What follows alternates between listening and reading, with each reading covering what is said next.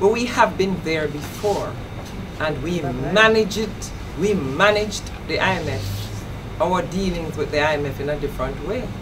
And that was why we had 12 consecutive successful performance review from the IMF. We warned, and you must all not forget, the budget debates.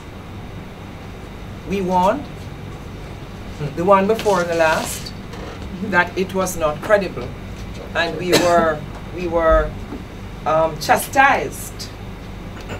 Then came the budget for 20. Yes. Or 9 or 10. Or 10 or 11. And we were told again, and remember, I made a point, fantasy, not reality. Not reality, fantasy.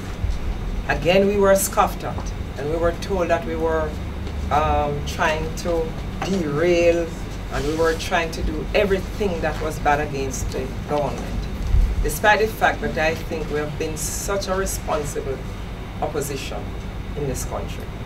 And so we cannot accept any responsibility for the bad management, the mismanagement of this government. But we certainly would have done things differently if we had some serious problems, some serious challenges. We certainly would have gone to the IMF and renegotiated, rather than not informing the country as to what was happening.